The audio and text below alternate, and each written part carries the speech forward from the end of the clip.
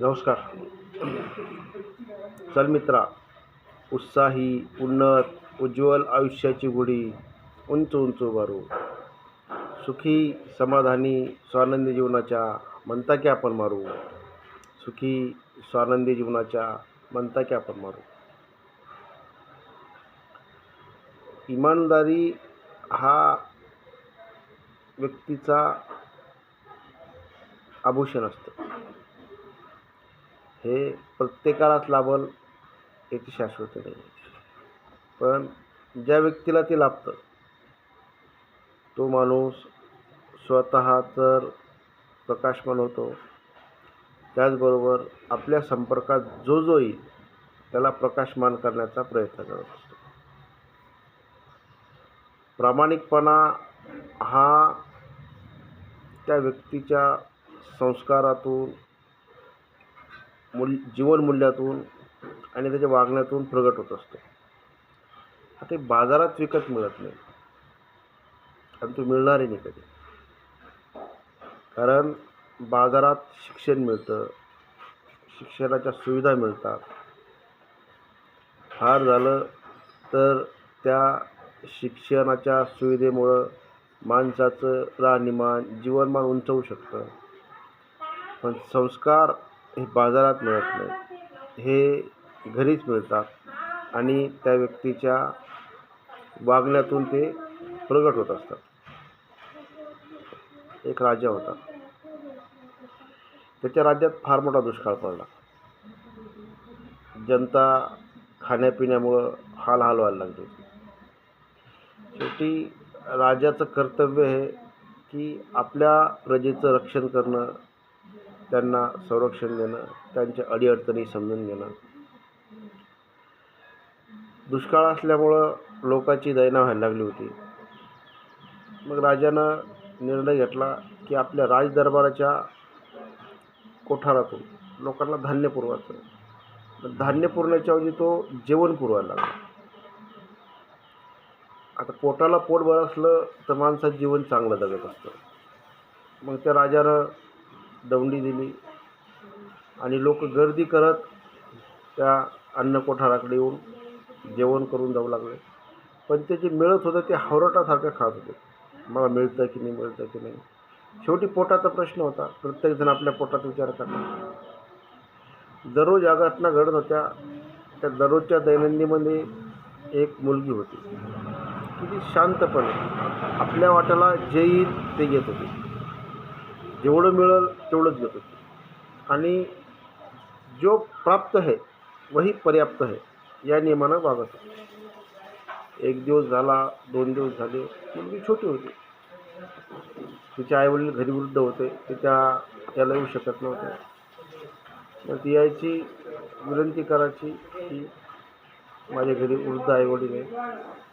पण मग गर्दी असल्यामुळं जेवढं मिळेल तेवढंच ते तिला मिळत होतं आणि ती त्याच्यामध्ये आपला उदरनिर्वाह करत होती.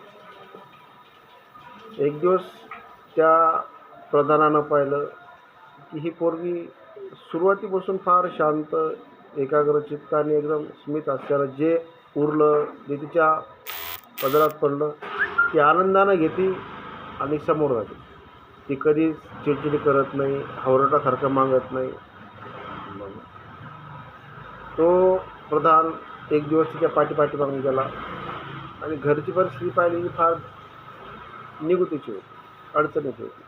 तर त्याला दया आली त्याची आणि त्यानं हा विषय आपल्या राजाकडे सांगितला की छोटी मुलगी अशी आहे आणि तिच्या घरची कंडिशन अशी आहे.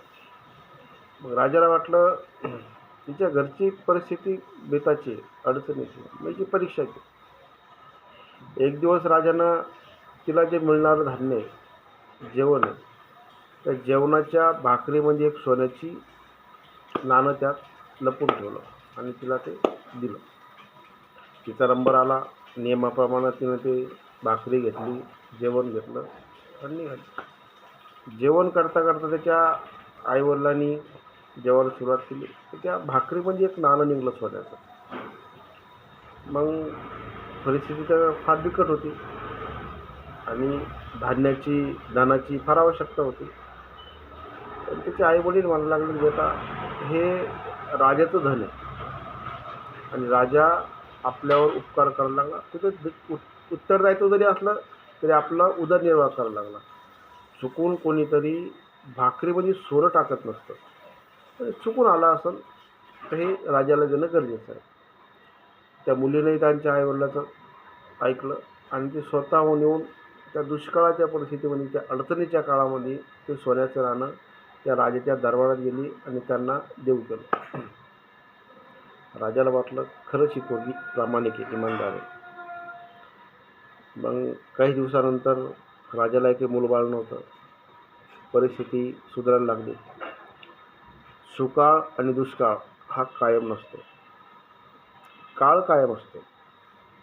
चांगला असो की वाईट असतो, पण तो चांगलाही काळ कायम नसतो आणि वाईटही काळ कायम नसतो. तो काळानुरूप बदलणारा असतो. काळ बदलला, चांगली पाऊस पाणी व्हायला लागलं, परिस्थिती सुधारायला लागली. पण त्या पोरीचं वागणं त्या राजाच्या फार मनावर अधिराज्य करण्यासारखं होतं. त्या राजालाही मुलगी नव्हती.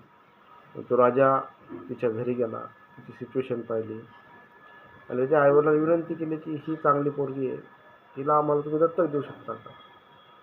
मग त्या लोकांना वाटलं की राजानं, शेवटी राजा आहेत, राजाची इच्छा, यथा राजा तथा प्रजा.